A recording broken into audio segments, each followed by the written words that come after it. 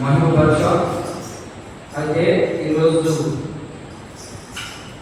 దేవుడు మనకు ఏర్పరచబడినటువంటి వాక్య భాగంలో నుంచి మనకి ఏమైతే నేర్పించాలనుకుంటున్నాడో వాటి విషయమై మనం చక్కగా అధ్యయనం చేసుకుంటూ మరి ముందుకు కొనసాగాలని ఈ దినాన సామెతల గ్రంథము 30వ అధ్యాయంలో నుండి కొన్ని మాటలు మనం నేర్చుకునేదానికి ప్రయత్నం చేద్దాం. అక్కడ ఉన్నటువంటి విషయాలన్నీ కూడా మీరు క్షుణ్ణంగా అర్థం చేసుకునేదానికి ప్రయత్నం చేయండి. చాలామంది ప్రార్థన చేస్తూ ఉంటారు, మంచిదే, ప్రార్థన నేను తప్పు అని నేను అన్నాను. కానీ బైబిల్ గ్రంథంలో లేనటువంటి ప్రార్థన చేస్తాం. మనము బైబిల్ గ్రంథంలో లేకపోతే బైబిల్ ఎలా ప్రార్థన చేయకుందో, బైబిల్లో ఉన్నటువంటి భక్తులు ఎలా ప్రార్థన చేశారో ఆ ప్రార్థనకు అంతా రిటర్న్ మనం చేసేదంతా దేవునికి వ్యతిరేకంగానే చేస్తాం. కానీ దేవునికి అనుకూలంగా చేసే ప్రార్థన చాలా తక్కువ మందే చేస్తారు. అది ఏమిటో మనం ఈరోజు మనం అర్థం చేసుకునే దానికి ప్రయత్నం చేద్దాం. దేవుని వాక్యము ఏమని ప్రార్థించమన్నది, మనం ఏమని ప్రార్థిస్తున్నాం. సహజంగా నాకు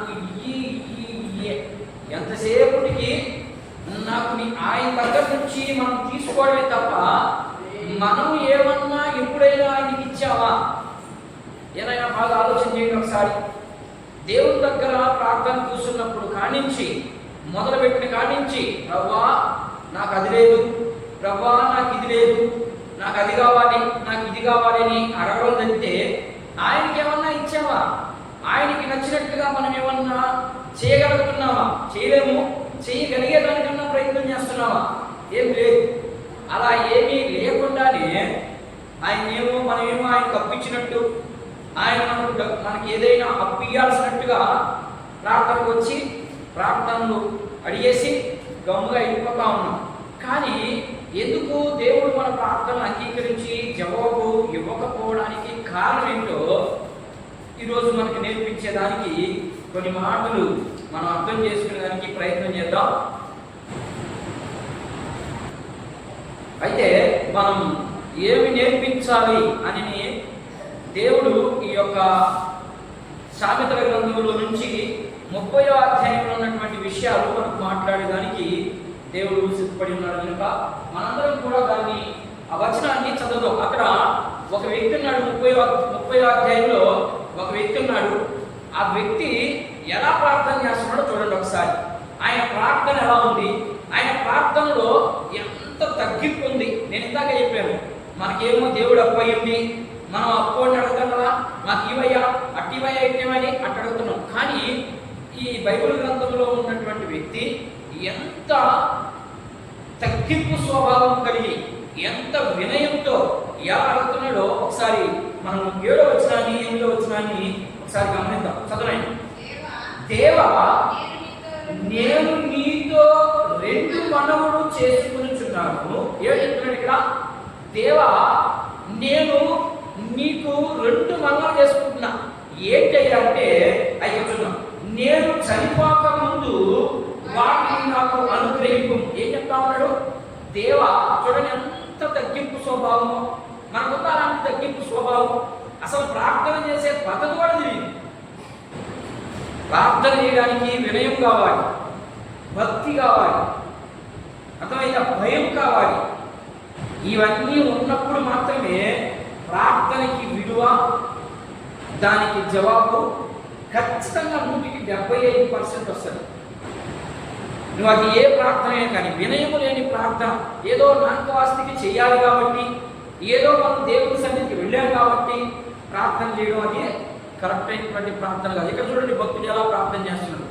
దేవా నేను 2 మనవల నీతో మాట్లాడుతున్నాను, లేకపోతే ఇదిగో 2 విషయాల గురించి నేను ప్రార్థన చేస్తున్నాను. అవి ఏంటయ్యా అంటే, మొదటిది నేను చనిపోక ముందు వాటిని నాకు అనుగ్రహింపుము. అంటే వాటిని నా యొక్క ప్రార్థనలో నా ప్రార్థన విని వాటిని మాత్రమే నాకు అనుగ్రహించు. ఏంటయ్యా అంటే ఇప్పుడు అక్కడ చూడండి చాలా స్పష్టంగా రాసినాడు అక్కడ, వ్యర్థమైన వాటిని అబద్ధములను నాకు దూరముగా ఉంచును, పేదరికమునైనను ఐశ్వర్యమునైనను నాకు దయచేయకము. చాలు. ఏమని అడుగుతున్నాడు ఇక్కడ? దేవా, నేను చనిపోక ముందు నాకు ఒక 2 విషయాలు కావాలి దగ్గర నుంచి. ఏంటి అదంటే, పేదరికమైనను, వెంటనే కోట్ చేస్తూ మాట్లాడుతున్నాడు అక్కడ భక్తులు. మనమైతే నాకు 1 లక్ష కోట్లు కావాలి ప్రభా, ఎందుకో దాన్ని ఎలా ఖర్చు పెట్టాలో కూడా తెలియదు నీకు. దేవుడు కానీ ప్రత్యక్షమైతే ఏం కావాలి నీకు అని అడిగితే మనం ఏమడుగుతామంటే, ప్రభువా నాకు 1 లక్ష కోట్లు, లేకపోతే నాకు నా పిల్లలకి లేకపోతే నువ్వు వచ్చేంత వరకు మాకు డబ్బు అయిపోకూడదు. చాలా మందికి తెలియని విషయం ఏంటంటే, డబ్బు ఉంటే నిలబడదు. డబ్బు ఉంటే దాన్ని ఎలా ఖర్చు పెట్టాలో కూడా అర్థం కాదు, తెలియదు, వేస్ట్గా ఖర్చు పెట్టేస్తాం. అందుకని భక్తులు అనుభవించి ఇక్కడ రాస్తున్నటువంటి మాట ఏంటంటే, నాకు పేదరికం ఉండకూడదు, అలాగనే ఐశ్వర్యం ఉండకూడదు. ఉంటే ఏం జరుగుతుందంటే వెంటనే కోట్ చేసి మాట్లాడుతుంది. చూడండి, తగినంత ఆహారము నాకు అనుగ్రహింపు, ఎక్కువైన నేను కడుపు నిండిన వాడనై నిన్ను విసర్జించి. చూడండి ఎంత మాట, ఎంత వినయంతో ప్రార్థన చేస్తున్నాడు. చూడండి, దేవా నాకు పేదరికం ఉండకూడదు, అలాగని దరిద్రము ఉండకూడదు, నాకు పేదరికం ఉండకూడదు, ఐశ్వర్యము ఉండకూడదు. ఒకవేళ అవన్నీ నాకు నా ప్రార్థన విని నువ్వు అంగీకరించి నాకు ఇస్తే నేను నిన్ను విసర్జిస్తానేమో. చూడండి ఎంత తగ్గింపు. ఎవరైనా ఇంతకీ ఈ ప్రార్థన చేసే వ్యక్తి ఎవరు? ఆ మొదటి వచ్చిన చదువు ఆయన, ఆ మొదటి వచ్చిన ఉన్నాడు ఆయన. చదువు. దైవజ్ఞ అనగా యాకే కుమారుడైన ఆగూరు పలికిన మాటలు. ఎవరంటినా యాకే కుమారుడు ఆగూరు పలికినటువంటి మాటలు. ఈయన గురించి ఇక్కడ మాత్రమే వ్రాయబడింది, కానీ ఇంకెక్కడ కూడా వ్రాయబడలేదు. కానీ ఈయన మంచి అనుభవశాలి, ఈయన మంచి జ్ఞానవంతుడు, మంచి అన్ని విషయాలలో మెలకు కలిగినటువంటి వ్యక్తి అని మనం అనవచ్చు. ఎందుకంటే ఆయన రాసినటువంటి పదజాలం చాలా చక్కగా ఉంది. ఆయన విన్నవించినటువంటి విన్నపము వినసొంపుగా ఉంది. కానీ మనం చేసే ప్రార్థన దేవుడికి వినసొంపు కాదు కదా, కనీసం దగ్గరికి కూడా పోయే మాటలు కూడా మాట్లాడమని. కానీ ఇక్కడ ఏం మాట్లాడుతున్నాడంటే ఆయన అంత వినయంగా, అంత భక్తితో, అంత మర్యాదగా దేవుని సన్నిధికి వెళ్ళి చూడండి ఆయన యొక్క ఉద్దేశాన్ని మాట్లాడుతున్నాడు. నాకు అట్లని నాకు ఫుల్గా ఆహారం పెట్టద్దు, అట్లాగని నాకు తక్కువగా చేయద్దు, నాకు ఎంతవరకు కావాలనో అంతవరకు. అందుకనే యేసు ప్రభు కూడా ఈ మాట్లాడుతూ ఒక మాట మనం జ్ఞాపకం చేసుకోవాలి. యేసు ప్రభు అంటాడు, ఇదిగో ఆకాశ పక్షులు చూడండి, అవి విత్తవు కోయవు, మిమ్మల్ని పుట్టించిన నేను మిమ్మల్ని పోషింపకుండా మనం ఏం చేస్తాం? మనం రేపటి గురించి ఆలోచన చేస్తాం. కానీ దేవుడు అంటాడు, ఈ రాత్రికే నీ ప్రాణం అడిగితే రేపటి గురించి నువ్వు ఎందుకు ఆలోచిస్తావు? రేపేం జరుగుతుందో నీకు తెలియదు, నాకు మాత్రమే తెలుసు. కాబట్టి నువ్వు ఏనాటి భక్త్యమో ఆనాడే, అంతే, అదే నీకు రుణం. అంతకు మించి అవతల దాటి నువ్వు ఆలోచన చేసావంటే, ఒకవేళ రాత్రికే నీ ప్రాణం అడిగితే ఏమైపోద్ది నీ యొక్క సంపాదన, నువ్వు సమకూర్చున్నంత ఏమైపోద్ది అనే మాట ఇక్కడ మనం అర్థం చేసుకున్నాను ప్రయత్నించాలి. అదే రీతిగా పాత నిబంధనలో మోషే భక్తుల ద్వారా కూడా దేవుడు వాళ్ళకి ఇశ్రాయేలు ప్రజలకి, ఇదిగో మన్నాన్ని కురిపిస్తాను, మీరు ఏ పూటకి ఆ పూటే సమకూర్చుకోవాలి, ఎక్కువ సమకూర్చుకోకూడదు. నిర్గమకాండంలో ఉంటాయి ఈ మాటలన్నీ. మీరు ఏ పూటకి ఆ పూటకి మాత్రమే, మీరేం కష్టం చేయలేదు, మీరేం శ్రమ పడలేదు, మీరేం పాలు వేయలేదు, కుప్పనడం లేదు. కానీ ఇచ్చేది నేను, పోషించేది నేను, కాబట్టి నేను చెప్పిన చేయను. చేశారా వాళ్ళ? చేయలేదు. వాళ్ళకు కావాల్సినంత మట్టుకు ఏరుకున్నారా? ఏరుకోలేదు. ఏరుకోకపోయినందువలనే దేవుడు వాళ్ళ అరణ్యంలో అనేక చోట్ల తిప్పి 40 సంవత్సరాలు గడిపించారు. అలాగే మనము అడిగే ప్రార్థన ఎలా ఉండాలంటే దేవునికి అంగీకారం ఉండాలి. దేవునికి ఆయన చిత్తాన్ని నెరవేర్చే బిడ్డలుగా ఉన్నట్లుగా ఉండినటువంటి ప్రార్థన మనం అడిగితే ఖచ్చితంగా దేవుడు మనకు అన్నీ అనుగ్రహించేదానికి ఆయన సంసిద్ధుడు. ఆయన ఏమన్నా పేదవాడా? కాదు. సమస్తము ఆయన నోటి మాటగా కలిగింది. సమస్తము ఏమిటి? అది ఏదైనప్పటికీ కూడా ఆయన పలకగా కలిగినట్లుగా దేవుని వాక్యం మనకు సెలవిస్తాము. అయితే మనం ఎందుకు అలా ప్రయాస? ఎందుకో ఆ ప్రయాస అంతా వ్యర్థము అనే మాట ఈ యొక్క సొలొమోను మహారాజు సామెతల గ్రంథంలో మనకు పూర్తిగా సామెతల గ్రంథం అంతగా చదివితే మనకు అర్థమైంది. అలాగే ప్రసంగి గ్రంథంలోకి వెళ్ళిపోతే ఆయన ఈ భూమి కింద సూర్యుని కింద ఉన్నదంతా, భూమి కింద కాదు సూర్యుని కింద ఉన్నదంతా కూడా వ్యర్థం వ్యర్థం వ్యర్థం, ప్రతిది కూడా వ్యర్థమే అన్నాడు. మరి వ్యర్థం కాని ఏంటయ్యా ఉంది అంటే అది దేవుని తలంపు మాత్రమే, దేవుని ఆలోచన మాత్రమే, అది ఎప్పటికీ వ్యర్థం అవ్వదు అనే విషయాన్ని భక్తుని ద్వారా మనకి తెలియపరుస్తా ఉన్నాయి. అయితే ఇక్కడ నేను కొన్ని మాటలు చెప్పి నేను ముందుకు వెళ్ళడానికి ప్రయత్నం చేస్తాను. అందుకనే ఇక్కడ నేను ఒక మాట రాశాను. దీనికి అంశం ఏ పేరు పెట్టుకున్నావచ్చు అంటే సమకూర్చుట. అసలు సమకూర్చుట అనే పదమే లేదు కదా దాంట్లో.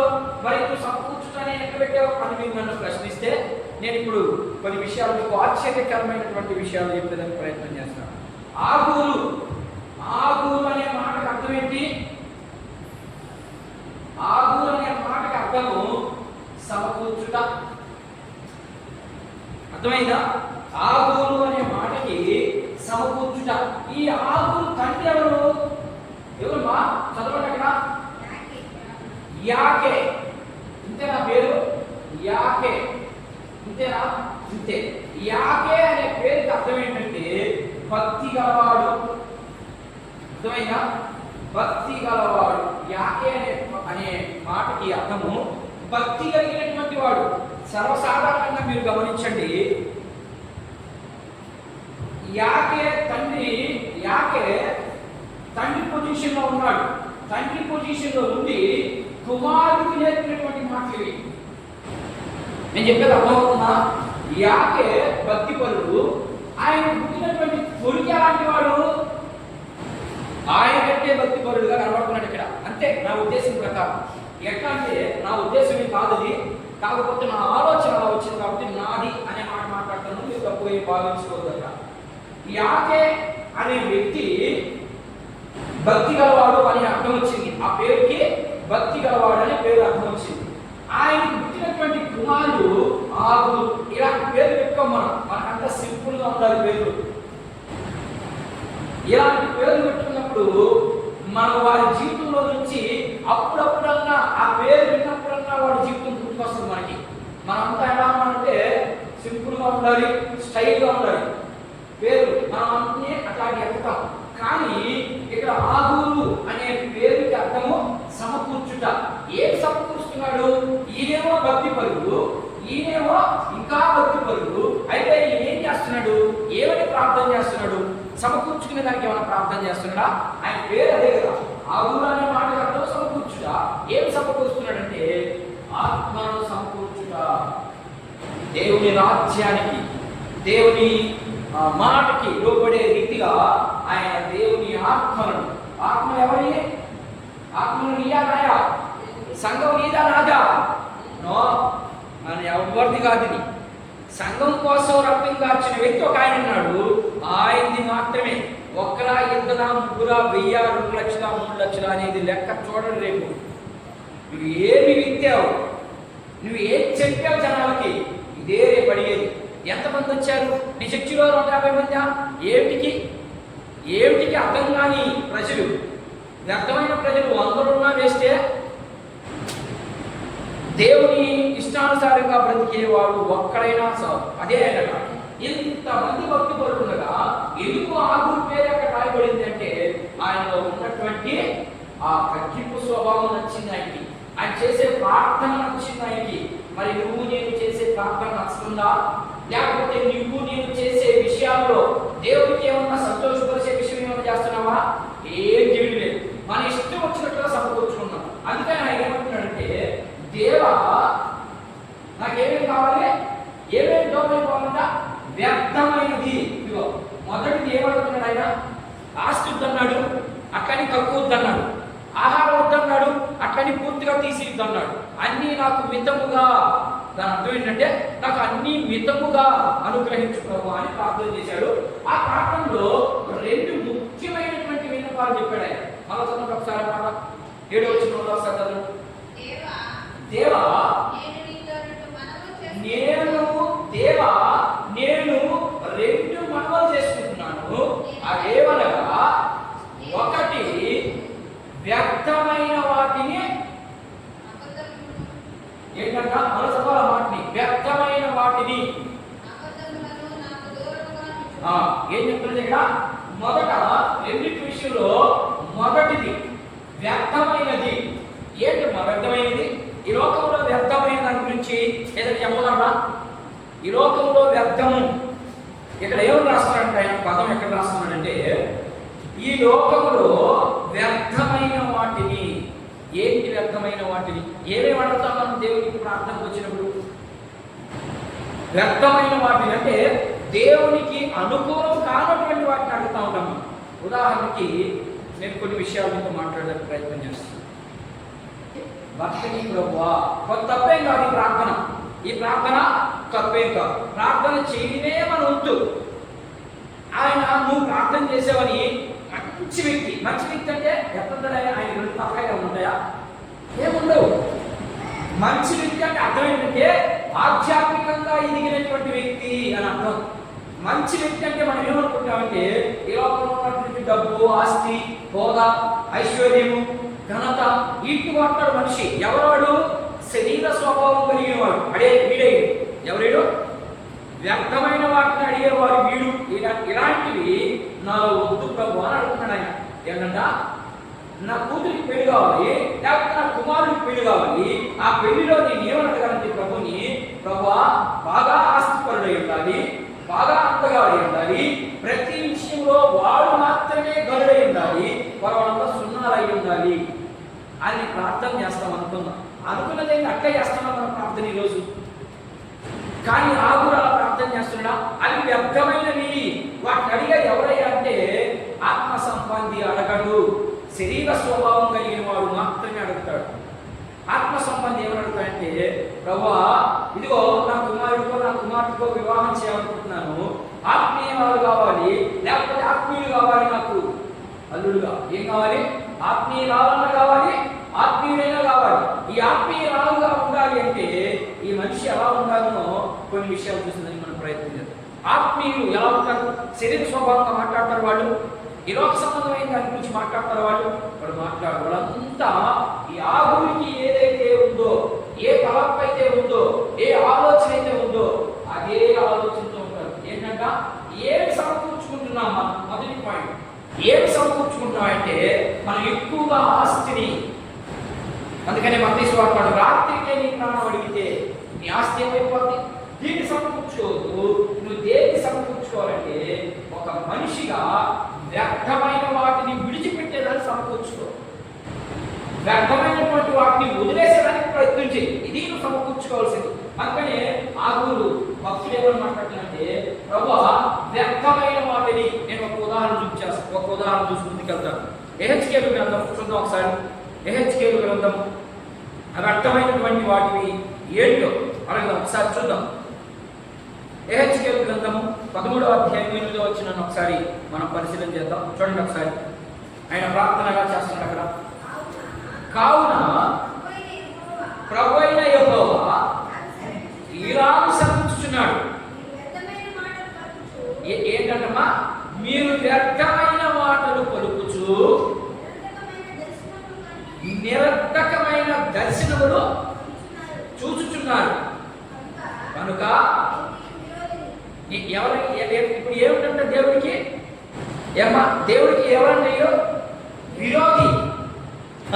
మనం కూడా చెప్తుంటాం కదా ఏమ్మా, మనకు కూడా మీరు ఒకటే గుర్తుపెట్టుకోనండి.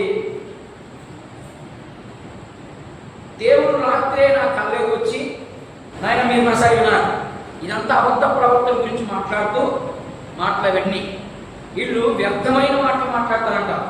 ఇర్మియా గ్రంథం మనం చూస్తే ఈ అబద్ధ ప్రవక్తలు ఎలాంటి చిల్లటి మాటలు, రాత్రి ఇప్పుడే కనబడ్డాడు ఆయన పాపం. సంఘం లేదు ఆ ప్రాంతంలోకి వెళ్ళి సంఘం కట్టడం, దేవుడు ఒక చెప్పేటట్టు దాన్ని నమ్మాలి. నేను పేరు పడితే దానికి ప్రయత్నం చేస్తాను. వ్యర్థమైన వాటిని నేను అడగకూడదు ప్రభు, ఆ వ్యర్థమైన వాటిని నా నుండి దూరం చేయి ప్రభు అని అడుగుతా ఉన్నాడు ఆయన.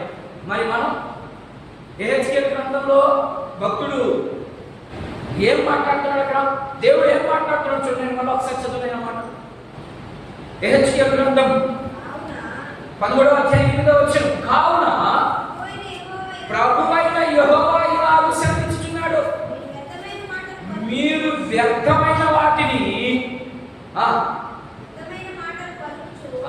ఏంటంట వ్యర్థమైన, ఆల్రెడీ ఇక్కడ సేవ జరుగుతూ ఉంటే మధ్యలో వచ్చి లేనిపోని చించుతంత్రాలన్నీ పెట్టుకొని లేనిపోని దౌర్భాగ్యమైన ఆలోచనతో సేవ చేయడానికి వచ్చి మేము బతికేదంతా సత్యం. ఎక్కడ సత్యం? వాక్యం ఏం చెప్తుంది? నీ వాక్య ప్రకారం నీ జీవితుందా, నీ పరిచయం కొనసాగుతుందా? రేపు దేవుడి లెక్క అడిగేది ఈ మాటలున్నాయి. వాక్యానుసారమైన పరిచయం జరిగిస్తున్నావా? ఎస్, జరిగిస్తున్నాం. వాక్యానుకూలంగా వెళ్ళాలి. మన ఆలోచన మార్చుకోవాలి, మన తలంపులు మార్చుకోవాలి. దేవుని వైపు మాత్రమే వెళ్ళే వాళ్ళంగా ఉండాలి మనం, అంతే. అందులో విఫలమైనటువంటి వారు చాలా మంది ఉన్నారు. వీళ్ళందరూ ఎవరే అంటే శరీర స్వభావంతో దేవుని పరిచయం చేయడానికి వచ్చిన వీళ్ళు. నాయన చెప్పేది అర్థమవుతుందా? శరీర స్వభావంతో దేవుని పరిచయం చేయడానికి వచ్చిన వాళ్ళందరూ విఫలమైపోతారు దేవుని సేవలో. కానీ ఇక్కడ భక్తులు ఏం చెప్తున్నానంటే, ప్రభువా వాటి వల్ల నేను నిన్ను అవమానపరుస్తాను, అది నీకు అవమానకరం, నేను చేస్తే నీకు వచ్చేస్తుంది. ఇక పలానాడు క్రైస్తవుడు కానీ వాడు చేసే పనంతా వ్యర్థం, వ్యర్థమైన పని. ఆ పనిని దేవుడు ఇప్పుడు కూడా అంగీకరించడని ఇక్కడ భక్తుడు సెలవిస్తా ఉన్నాడు. ఇంకా కొన్ని మాటలు చూద్దాం. రెండవది, వ్యర్థమైన వాటిని తీసిమన్నాడు. రెండవది, ఈ మాట వాళ్ళు చెప్పేసి నేను ముగిస్తాను. చూడండి, రెండవ మాట ఏమాట వెంటనే అక్కడ కోట్ చేస్తా ఉన్నాడు. చూడండి, అక్కడ 8వ వచనం, అబద్ధము నాకు దూరముగా ఉంచుము. అబద్ధము సింపుల్గా చెప్పేస్తాం మనం. అసలు అబద్ధానికి ఏమ్మా అబద్ధము అంటే అర్థం ఏంటి చెప్పండి? బైబిల్ ప్రకారం చెప్పండి. మనం ఈ లోక సంబంధులు రకరకాలుగా చెప్తారు, వాళ్ళకి తెలియదు కాబట్టి.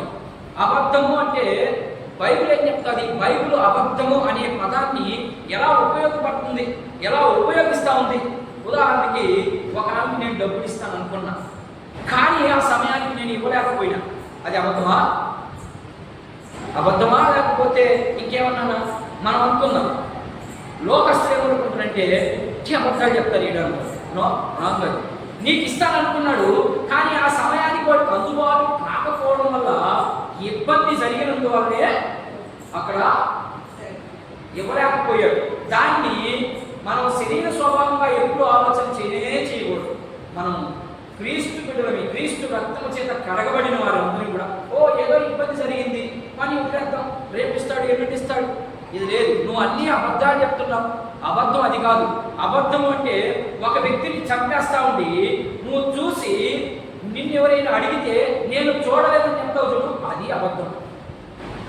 అబద్ధం అనే పదానికి ఉన్నటువంటి సత్యం అది. మనం ఏమంటాం? పుచ్చ అబద్ధం. ఏంటి నీకు అబద్ధం చెప్పింది? నేను అబద్ధం చెప్పిన వాళ్ళు వచ్చే ఆదాయం ఉందా? డబ్బులు ఇస్తాననుకున్నాను, ఈడకపోయాను. నేను ఆ చోటుకి తీసుకోపోతానన్నాను, తీసుకోపోలేకపోయాను, అది అబద్ధమా? నాకెన్ని ఇబ్బందులు వస్తానని చెప్పాను, సమయానుకూలంగా బట్టి చేయగలను. నేను నాకే సమయం అనుకూలించకపోతే నేను నీకు వచ్చి ఏం చేసేది? దాన్ని అబద్ధంగా భావించుకుంటే అది నీ తప్పే కానీ నా తప్పు కాదు. అబద్ధము అంటే అందుకనే ఆజ్ఞల్లో ఆ ఆజ్ఞలు నరహత్య చేయవద్దు అంటే దాని అర్థం ఏంటంటే కత్తి తీసుకోవడం అంటే కసా కసా పొడవడం కాదు అక్కడ అర్థం. నరహత్య చేయకంటే ఎవడైనా ఒకడు చంపుతా ఉంటే నువ్వు చూసి దాన్ని నాకు తెలియదు అని చెప్పడమే నరహత్య. ఆయన బైబిల్ని మరి అర్థం చేసుకోవాలి. మనం బైబిల్లో ఉన్న మాటని మనకు నచ్చినట్టుగా మనం మాట్లాడుకుంటే పరిశుద్ధాత్మకి వ్యతిరేకంగా మాట్లాడడం అయిపోతాం. దానికి మరణ శిక్ష వస్తుంది మనకి. నువ్వెంత బోధకుడు అయినా, నువ్వెంత విశ్వాసమైనా ఖచ్చితంగా నువ్వు ఏది చెప్పినా నీకు మరణ శిక్ష తప్పదు. దేవునికి వ్యతిరేకంగా నీ సొంత ఆలోచనతో మాట్లాడితే తెలుసుకో, అర్థం చేసుకో. 10 సార్లు చదువు, 20 సార్లు చదువు.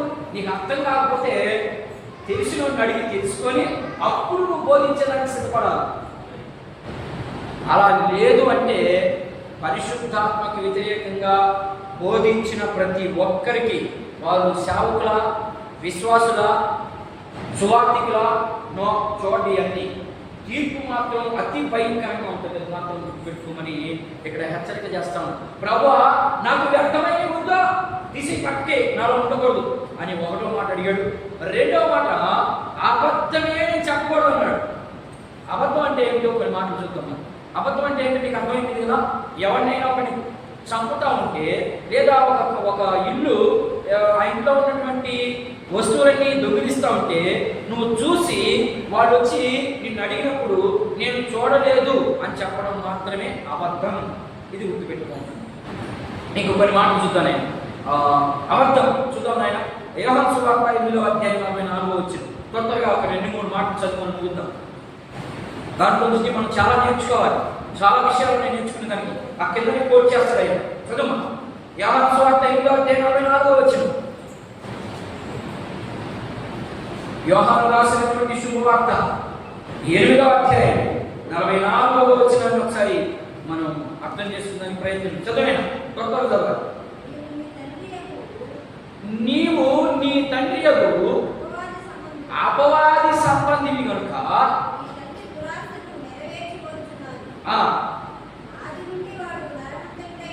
ఎప్పటి నుంచి అంటాడు? ఆది నుండి, ప్రారంభం నుంచి నిన్ను పతనం చేసేదానికే వచ్చాడు. కానీ వాడు కూడా నీకు దర్శనాలు చెప్తాడు. మా ఇక్కడ వినాలి. దేని గురించి మాట్లాడుతూ వచ్చాడు హెచ్కే భక్తులు? అబద్ధాల గురించి మాట్లాడుతూ వచ్చి ఆ అబద్ధాలు ఎలా ఉంటాయంటే దెయ్యం కూడా చెప్తుంది నీకు దర్శనం. పౌలు యొక్క జీవితం నుంచి చాలా విషయాలు నేర్చుకోవాలి.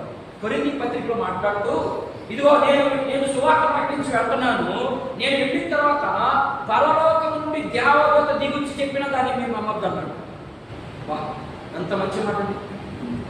నేను సువార్త చేస్తా వెళ్తున్నాను, నేను పోయిన తర్వాత పరలోకం నుంచి దేవదూత దిగుచ్చి సువార్త చెప్పినా మీరు వినకూడదు. ఎందుకని? నా సువార్త అంత శ్రేష్టమైంది. నేను ప్రభువుతో ముఖాముఖిగా మాట్లాడుకుని వచ్చాను. దేవదూత అందరికి చెప్పడా? ఎవరు అని చెప్పడంలో వాళ్ళు హెచ్చరిక చేయరు. మీరు మనం మారండి అని చెప్పడు. మీరు ఎలాగైనా ఉండండి, దేవుడు క్షమిస్తాడు. మనం దేవుడు క్షమించడండి. ఒకేసారి క్షమాపణని మనం ఎబ్రీ పత్రిక వింటా ఉన్నాం, రోమా పత్రిక తీసుకున్నాం. ప్రతి పుస్తకం అదే చెప్తుంది, ఒకేసారి నీకు క్షమాపణ. మాటి మాటికి ఆయన నీ కోసం చచ్చిపోడు, ఒకేసారి చచ్చిపోయాడు. ఎన్నిసార్లు చంపుతారండి మీరు యేసు ప్రభుని? అమ్మా, ఎన్నిసార్లు చంపుతాం? చంపుతానే ఉంటాం మనం. నిద్ర లేచి మొదలుకొని సాయంకాలం వరకు ఎన్నిసార్లు చంపుతాము మనం. కానీ దేవుడు ఒక్క మారే చచ్చిపోయాడు మీ అందరి కోసం అన్నాడు. మరి మనం ఎన్నిసార్లు చంపుతున్నాం? తెలియకుండా చంపడం వేరే, తెలిసి మరీ చంపుతా ఉన్నాం. దేవుని వాక్యం మనకు తెలుసు, మళ్ళా పోయిన అదే గ్రామంలో చర్చి కట్టమన్నాడు. ఎంత తప్పు! ఎంత అసలు దేవుడు అలాంటి దర్శనాన్ని ఎలా ఇస్తాడండి? ఇప్పుడు మనం అనుకొని శిల్పాలను చర్చి వచ్చేస్తుంది రాత్రికి దేవదూత నేను వచ్చేస్తాను, నీకు చెప్పేస్తుంది. అవునమ్మా నువ్వు పోయి శిల్పాలలో నీకు సంబంధించిన. అందుకని ఇక్కడ అపవాది 44 వచ్చిన యోహాను సువార్త 44 ఉంది. నీ తండ్రి అబద్ధాలకు జనకుడు, వాడు ఆది నుండే ఉన్నాడు. అందుకని ఆదాము మోసం చేశాడు, నిన్ను కూడా శివుడికి మోసం చేస్తాడు. జాగ్రత్త పడు. అప్పుడు ఆదాముకి అంత వాక్యం తెలియదు. ఇప్పుడు నీకు ఈ పరిశుద్ధ గ్రంథంలో 66 పుస్తకాల్లో నేను ఏదైతే మీకు చెప్పాలనుకున్నానో, ఏదైతే నేను దాచిపెట్టకూడదనుకున్నానో అన్నింటినీ మీకు నేను ఇచ్చేసా. దాన్ని చదువుకోవడం, ఆ ప్రకారంగా మీ జీవితం ఉందా లేదా చెక్ చేసుకోవడం అంతే మన పని. అది మనం ఆ పనిని ముగించేసి మనం ఏం మాట్లాడతాం అంటే ఇంకా కొన్ని మాటలు చూస్తున్నాయి. నిర్గమకాండము 23వ అధ్యాయం 7వ వచనం 11వ వచనం త్వరగా చూస్తున్నాయి. ఇంకా 2 మాటలు. వ్యర్థమైనవి ఉన్నాయా మనలో? ఇలాంటి ఆలోచనలు ఉంటే ఇప్పుడే మనతో ప్రభు మాట్లాడుతున్న తీసేసి దానికి సిద్ధపడండి. త్వరగా సిద్ధపడండి, ఎందుకంటే ప్రభు ఏ సమయంలో వస్తాడో తెలియదు మనకు. మనము నిజంగా చెప్పాలంటే అండి, ఎవరు కూడా నీతిమంతుడు అనేవాడు ఈ భూమి మీద ఒక్కరు కూడా లేడు, యేసు ప్రభు తప్ప. ఆ నీతిని అనుసరించి ఆ నీతిలో కొనసాగడే మన పని. నువ్వు నీతిమంతుడు అవ్వు. నువ్వు యేసుక్రీస్తు రక్తంతో కడగబడ్డావు కాబట్టి నీతిమంతుడు అయ్యావు. నీతిమంతుడు అయినంత మాత్రం నువ్వు తప్పు చేయకున్నావా, నువ్వు దురుసుగా మాట్లాడుకున్నావా, మాట్లాడితే తప్పు అంతే. చూడడానికి చూస్తే తప్పు అన్నాడు ఆయన, ఇక మాట్లాడితే తప్పు కదా. మనం మనుషులు అంటే ఖచ్చితంగా తప్పు చేయాలి, తప్పదు, అంతే చేస్తాం. ఆ చెయ్యకుండా ఉండేదానికే బైబుల్. ఈరోజు తప్పు చేసామా, రేపు తొందరపడకూడదు, రేపు తొందరపడకూడదని ఈరోజు తొందరపడకూడదని కాదు దాని ఉద్దేశం. ఆవేశాన్ని అణుచుకోవాలంటే రెండు ఉండాలి ముఖ్యంగా మనిషికి. మొదట ప్రార్థనా జీవితం ఉండాలి. అప్పటికీ కూడా ఆవేశాన్ని అణుచుకోలేము కొన్ని సమయాల్లో. ఎందుకంటే సైతాన్ కూడా పక్కనే ఉంటాడు మనకి. ఎందుకని వాడు అబద్ధానికి జనకుడు, అబద్ధానికి పుట్టి నిండేవాడిని. వాడు నిన్ను ప్రేరేపిస్తూ ఉంటాడు. అవతల ఎందుకన్నా నిన్ను ఎవరంటే బుక్కి చెప్తాడు. మీ ఇంట్లో మీ అక్క మీ మామ ఎవరైనా నన్ను అన్నానుకో, ఎందుకన్నా అన్నాను నువ్వు ఏమో అంటే పాపం ఏమో సిగ్గిపోయింది నీకు. పోయింది మా సిగ్గా ఏం పోదు. వాడు ఎందుకు చెప్తారా అంటే నీ మంచిగా చెప్తాడు. దాన్ని నువ్వు దురుసుగా ఆలోచన చేస్తే ఇక నీ కారణం. చూడండి, ఇంకో మాట చదువు. నిర్గమాకాండము 23వ అధ్యాయం 7వ వచనం. 23:7-11.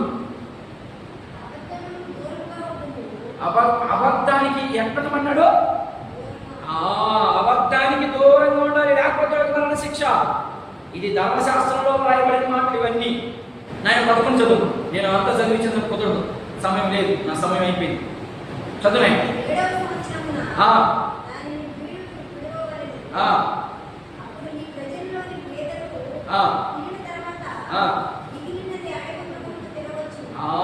అది పంట గురించి మాట్లాడుతూ 7 సంవత్సరాలు పంటేసి 6 సంవత్సరాలు పంటేసి 7వ సంవత్సరం పంట వేయకుండా వదిలేయాలి.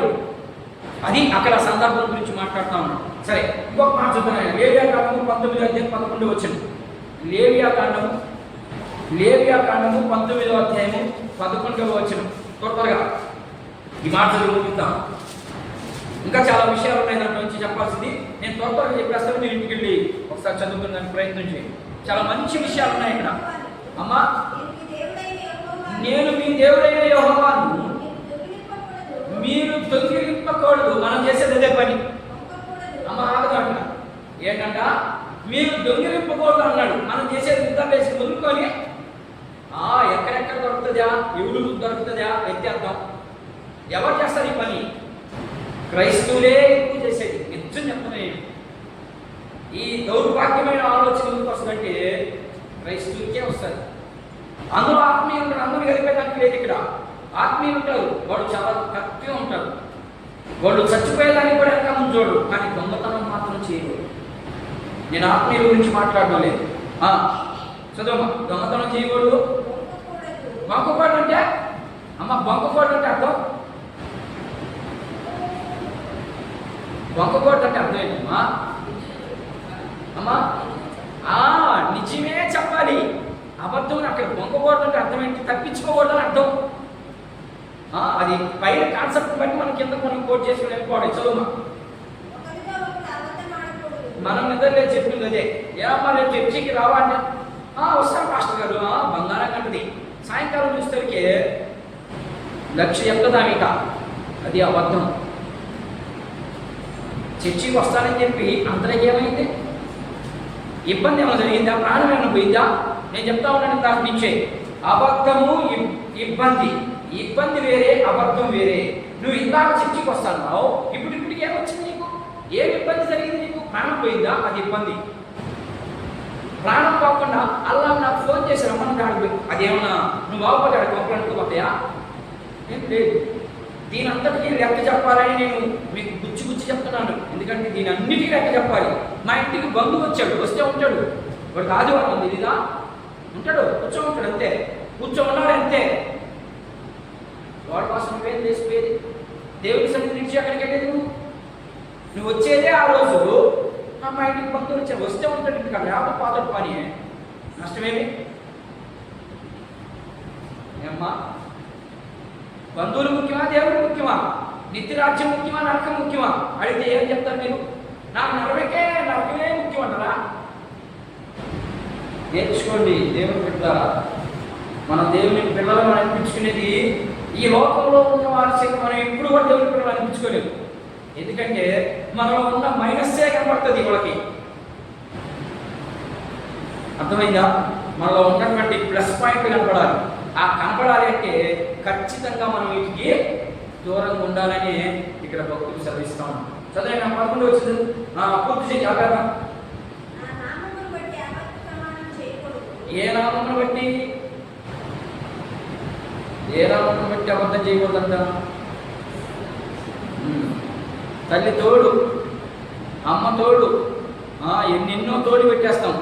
అసలు ఆ ఒట్టే పెట్టకూడదని దేవుని వాక్యం చెప్తామంటే మనం ఎన్ని ఒట్లు పెడతాము. సరే, ఇక్కడ ఇది అక్కడ ఉన్నటువంటి ఆయన చేసినటువంటి ప్రార్థన ఏంటంటే, నా నుండి ఇవన్నీ దూరం చేయి ప్రభువా అని అడుగుతున్నాడు.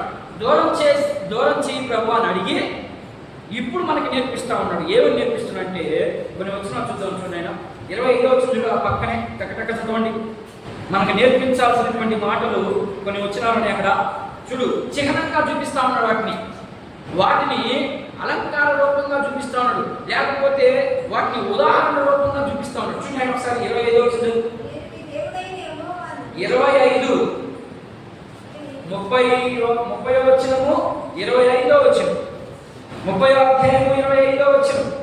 చీమలు బలము లేని జీవులు అయినను అవి వేసవిలో తమకు ఆహారం సిద్ధపరచుకుని. ఇప్పుడు చేమను చూపించాడు. నేను చెప్పేది అర్థమవుతుందా? చేమ దేనికి సాదృశ్యం? ఏమ్మా, చేమలు దేనికి సాదృశ్యం? చేమల్లో నుంచి ఏం నేర్చుకోవాలని చేమలు చూపిస్తారు పెద్దోడు మనకి.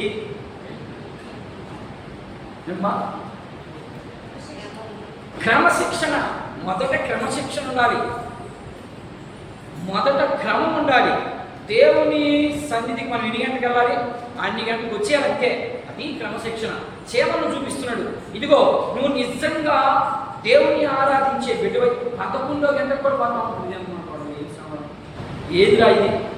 11వ గంటకు కూడా దేవుని సన్నిధికి 10 గంటలకు చర్చ అంటే అయిపోయేటప్పుడు వాళ్ళతో కామే అదరా ఏమో అంత పాపం విజయానికి. క్రమశిక్షణ లేనటువంటి వారి ప్రార్థన, వాళ్ళ భక్తి వ్యర్థమైపోతుందని అక్కడ మన భక్తులు తెలియపరుస్తాం. చేమను అందుకే చూపించాడు. వేసవికాలం ఎప్పుడది? వేసవికాలం ఎప్పుడు? వేసవికాలంలోనే వానాకాలానికి ఎప్పుడో వచ్చే వానాకాలానికి సమకూర్చేసుకుంటుందంట. అలాగనే ఆదివారంలో దేవుని సన్నిధికి వెళ్ళాలని తెలియదు ముందుగానే. ఏ వారం 3 గంటలకి నష్టమేముంది? దేవుని సన్నిధికి సమయానికి రా. చేమను అందుకు చూపించింది. అవి చూడండి, దానికి వానాకాలం వస్తుందని తెలిసి ముందుగానే సమకూర్చుకుంటున్నాయి. మరి నువ్వు నేను ఎందుకు సమకూర్చుకోలేకున్నా? అదరా అంతా ఏందో ఎడాబడి స్థిమితం ఉంటుంది మనిషికి. అందుకనే అక్కడ చేమను చూపించి ఏమో అంత బిజీ పాపం. దేవుని కంటే ఏది దాన్ని కూడా ఎక్కువగా ప్రేమించొద్దు, దాన్ని మన నుండి దూరం చేసేస్తాడు దేవుడు. గుర్తుపెట్టుకున్నాడు. దేవుని కంటే ఎక్కువ దేన్ని ప్రేమించబాకండి. వాళ్ళ ప్రేమించావు అంటే ఖచ్చితంగా దాన్ని దేవుడు దూరం చేసేస్తాడు.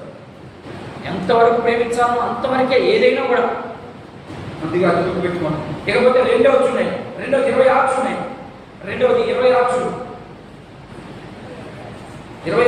వచ్చిన చదువు. నేను వెంటనే చూడు కింద 26 వచ్చిన ఏంటంటే చిన్న కుందేళ్ళు. కుందేలు దేనికి సాదృశ్యం? ఏమ్మా, కుందేలు దేనికి సాదృశ్యం? కుందేలు చదువు. నేను అమ్మ చదువు. చిన్న కుందేళ్ళు బలము లేని జీవుడు అయినను ఏ సందులు అంట? వేటి సందుల్లో అంటే బండ సందులలో. దాని అర్థం ఏంటంటే బండ సందులలో నివాసము చేయడు. చదువునే మళ్ళా మిడతల గురించి మాట్లాడతాడు ఇక్కడ. కుందేళ్ళేమో దేనికి సాదృశ్యం? కుందేలు చూపించాడు మనకి. కుందేలు ఎక్కడికి పోయి దాక్కుంటుందంట? బండ సందులో పోయి దాక్కుంటుందంట. బండ ఎవరికి సాదృశ్యం? ఇప్పుడు క్రీస్తుకి సాదృశ్యం. క్రీస్తుకి నువ్వు క్రీస్తుని ముందు చూపిస్తా ఉంటే నువ్వు ఆయన వెనక కంటే అన్ని విజయాలు నీకు. ఈ విషయంలో దావీదు మహారాజును ఒకసారి గుర్తుపెట్టుకోండి. దావీదు మహారాజు యెహోషువ ఇంకొక ఆయన ఉన్నాడు, ఆయన పేరు సరిగా గుర్తు రావట్లేదు.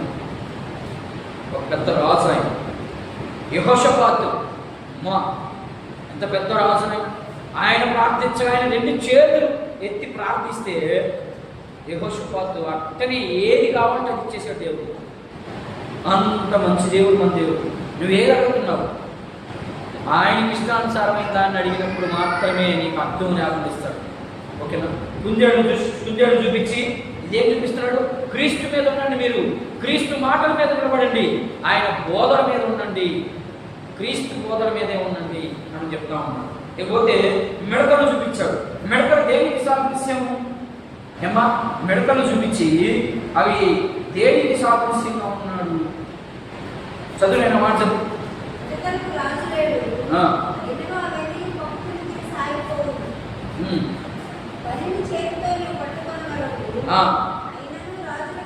మళ్ళా కూడా కింద ఏం చెప్పాడు? బల్లిని చూపించాడు. బల్లి ఏం చేస్తుంది? బల్లి ఏం చేస్తుందమ్మా? వాడ కలుసుకున్నది. నీకేది విశ్వాసం? బల్లిని చూసి నేర్చుకోవాల్సింది ఏంటంటే విశ్వాసం. అది బల్లి పడిపోద్దని తెలియదా నడిచేటప్పుడు? కానీ దాని విశ్వాసంలో ఎంత గట్టిదో, నేను పడను అని మాట్లాడుతుంది, కానీ ఏదో రోజు కిందకే తపాన పడిపోతుంది. అలాగనే ఏది నీ విశ్వాసం? దేవుని మీద ఎంతదాకా ఎన్నో సంవత్సరాల నుంచి వాక్యాన్ని వింటా ఉన్నాం, వాక్యాన్ని చదువుతానే ఉన్నాం. ఏది మనలో మార్పు? ఏది మనలో సమకూర్పు? ఆ సమకూర్పు నీకు ఇష్టానుసారంగా ఉన్నటువంటి